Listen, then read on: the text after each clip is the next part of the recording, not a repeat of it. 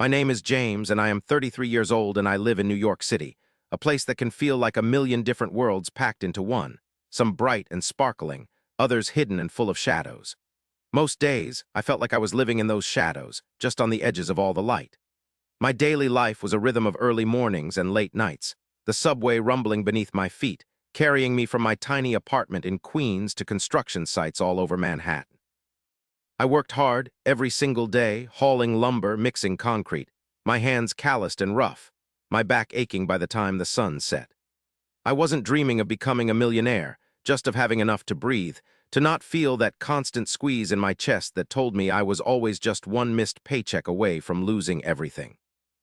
I dreamed of a small space that truly felt like my own, a place where I didn't have to worry about the rent notice stuck to the door, a place where the floorboards didn't creak with the weight of unpaid bills. But mostly I dreamed of feeling safe, of knowing that I could put food on the table, even if that table was just an old cardboard box. The quiet struggle I faced wasn't just physical. It was in my mind, too.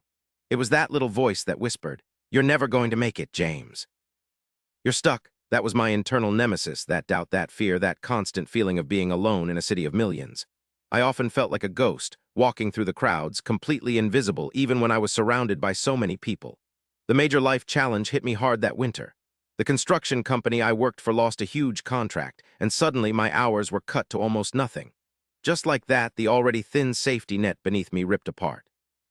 I had been saving every spare dollar for a security deposit on a slightly bigger, slightly better apartment, a place where I could actually imagine a life beyond survival.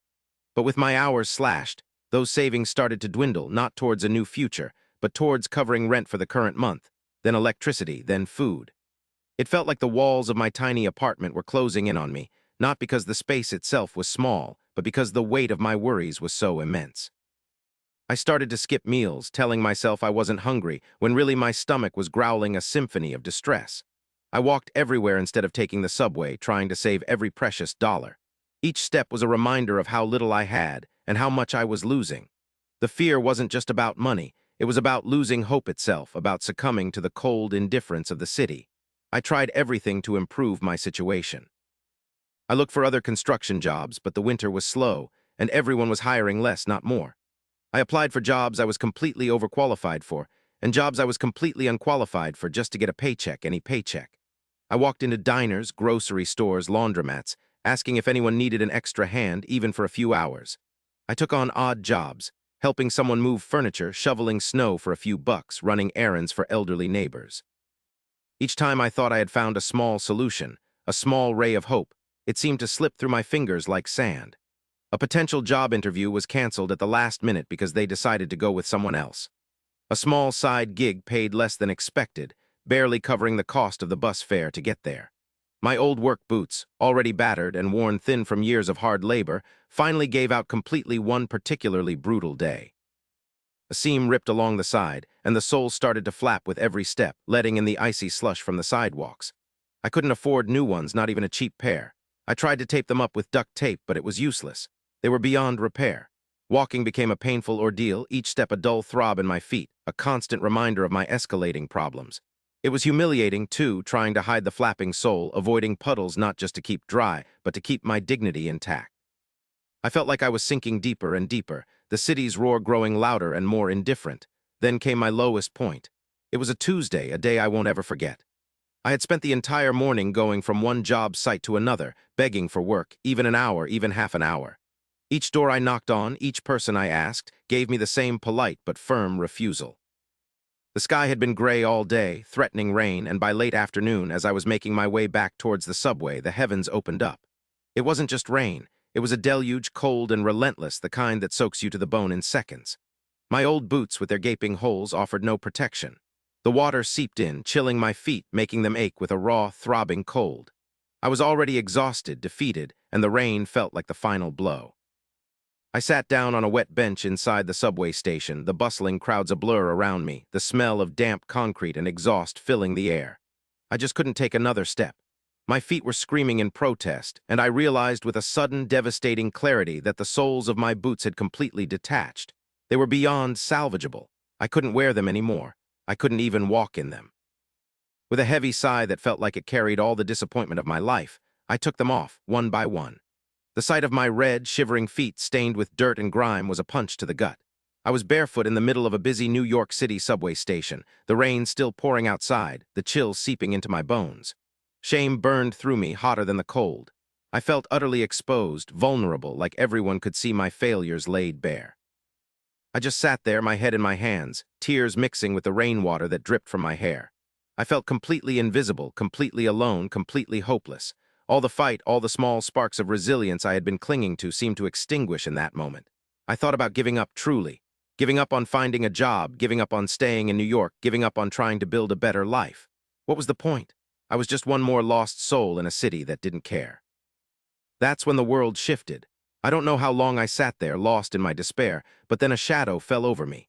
I slowly lifted my head, my eyes blurry, and saw a pair of shoes.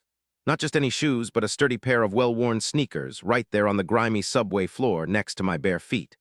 My gaze traveled up past worn jeans to the kindest eyes I had ever seen. The man was older than me, perhaps in his late 50s or early 60s, his face lined with what looked like a lifetime of stories. He wasn't particularly well dressed. His jacket was faded, and his own shoes, now sitting empty on the ground, looked like they had seen better days. But his expression, that was what caught me. It was gentle, understanding, without an ounce of pity. He didn't say a word, just offered a small, hesitant smile, and then he took off his own perfectly good sneakers and gently, carefully placed them on the ground in front of me. "They look like they're about my size," he said, his voice soft, almost a whisper, as if he knew loud words would shatter my fragile state. "They're a little old, but they'll keep your feet dry." I stared at him, my mouth agape. A complete stranger, a man who probably didn't have much more than I did, was giving me his shoes. His own shoes, my mind reeled. Why would anyone do something like that for me, for a stranger sitting barefoot and defeated in a subway station? Tears welled up in my eyes again, but this time they were different, warm and overwhelming. I was speechless. He just nodded, that same gentle smile on his face. "Go on," he encouraged. "Put them on. You'll catch your death." Slowly, still in disbelief, I reached out and picked up the sneakers. They weren't brand new, but they were clean and, most importantly, whole. I slid my cold, aching feet into them. They were a little big, but they felt like a miracle. The warmth, the solid sole beneath my feet, the knowledge that someone, a stranger, had seen me, truly seen me, and offered an act of pure, selfless kindness. It wasn't just about the shoes, it was about the connection, the understanding that I wasn't invisible after all. The man simply watched me, his eyes crinkling at the corners. "Better now?" he asked. I could only nod, a choked sound escaping my throat. Before I could properly thank him, before I could ask his name, he offered one last small smile, turned and disappeared into the surging crowd, walking away in his socks, leaving me with a profound sense of wonder and a renewed spark of hope.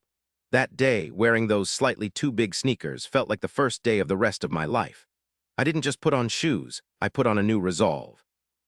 The kindness of that stranger, that nameless angel in the subway station, had pierced through the thick fog of my despair. It reminded me that even in the toughest of times, humanity, true goodness, exists.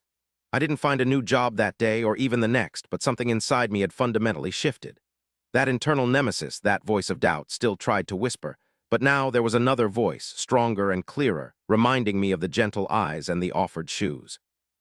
It whispered, "You are not alone, James. You can do this." I kept those sneakers. I wore them until they were truly worn out, patching them up myself with care, each mend a testament to the kindness I had received. They were a constant, quiet reminder that even when things seemed darkest, light could break through. Eventually, I did find a new job, a stable one, and then another, better one. I worked hard, fueled by a purpose that went beyond just survival. I found a small apartment, truly my own, and slowly, carefully, I started to build a life. But I never forgot that day. I made it my mission to pay forward the kindness I had received.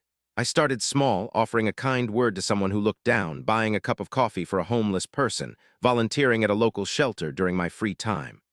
I learned to look for the quiet struggles, the invisible pains that people carried, because I knew what it felt like to carry them myself. Years passed and my life slowly transformed. I was no longer just surviving, I was thriving in my own quiet way. I had a good job as a foreman now, my hands still calloused but my heart full. I had a small community of friends, and I found joy in simple things. One frigid winter evening, I was on my way home, riding the subway, when I saw him. A young man, probably in his early 20s, sitting huddled on a bench, his head buried in his hands. His clothes were thin, his shoulders shaking, and his feet. His feet were bare, red with cold, his shoes, or what was left of them, crumpled beside him, utterly useless. The air was biting, and the station was noisy, but in that moment all I could hear was the echo of my own past. It was like looking into a mirror, seeing myself from so many years ago. Without a second thought, I took off my own sturdy winter boots, the ones I had saved up for, the ones that kept my feet warm and dry. I knelt down in front of him just as that stranger had knelt before me. "Hey," I said softly, my voice calm and reassuring. "It's too cold to be without shoes out here. These might be a little big, but they'll keep you warm." He looked up, his eyes wide and red, the same mixture of despair and disbelief I had once felt. I saw the shame, the hurt, and then, slowly, a glimmer of something else. He hesitated, but I just offered a gentle smile. "Go on," I urged, "please. Someone once did the same for me." As he slipped his freezing feet into my warm boots, the fit imperfect but the comfort immediate, a profound sense of peace washed over me. It was then, as I stood there in my socks, watching him, that I noticed a tiny, almost invisible scar just above his left ankle, a small mark that eerily mirrored a scar I had on my own foot from an old construction injury. A shiver ran down my spine. It was a small detail, a twist of fate, a silent reminder that sometimes the kindness we receive isn't just a moment in time, but a thread woven into the very fabric of our lives, creating a ripple effect that touches countless others, bringing us full circle, proving that things truly do get better, and that the greatest gift is the chance to pass that hope along.